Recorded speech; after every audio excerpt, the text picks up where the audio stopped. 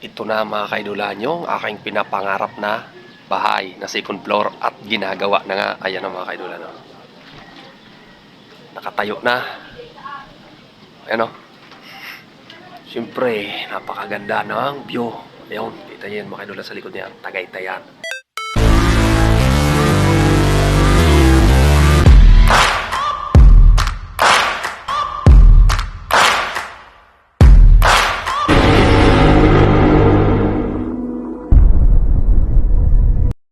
Ito na ang aking pinapagawang bahay.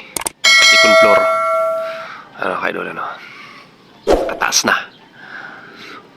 Sakto na yan, ganyan kataas.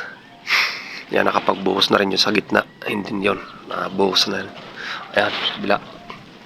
Yan ang kagandahan mga kaidulan. Kapag tayo ay may ipon sa ating pinagtatrabahuan. Siyempre sabi nga, kunting ipon, kunting tiyaga, kahit maliit man yan ang sahod natin, ipon-ipon lang. Tapos pagdating ng isang taon, ganito na. O, diba? O, may buhos na. Makakapagpagawa ka na. Kunting tiis. O, tibay. Tibay. O, tibay. Kasi nga mga kaidulan, may graba yan. O, diba?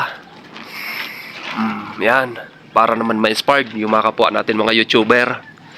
Diba? Hindi lang mga YouTuber, sa lahat. Yan. Tapos dito mamaya kasi bibili pa ako ng mga materyales, kakwartuhin yan dito. Isang kwarto dito. Dalawa yan, dalawang kwarto kasi malaki naman. Dalawang kwarto.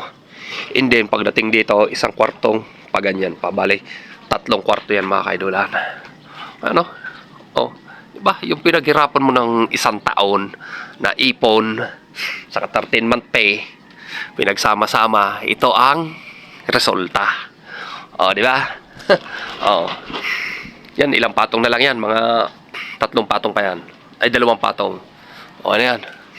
Tapos dito, ito naman matitira dito. Next year na uli yan.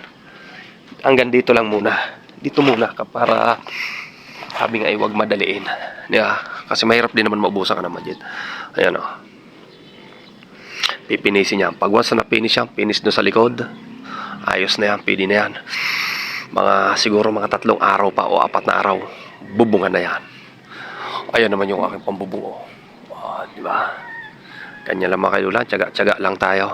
Kaya mga kaidulan, pinapakita ko sa inyo mga kaidulan, hindi sa pagyayabang to, kasi alam naman natin yung mga ibang YouTuber natin, o kahit hindi YouTuber, tumakasabihin ako ay nagyayabang. Hindi ako nagyayabang. Pinakita ko itong mga kaidulan sa inyo para ma-inspired kayo.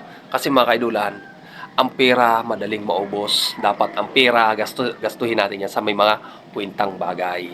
Siyempre mga kaidulan, ito pangatlong araw na nga pala. Ginawa itong aking second floor. Gumawa dito ay aking computer. Ayan, napakabilis na.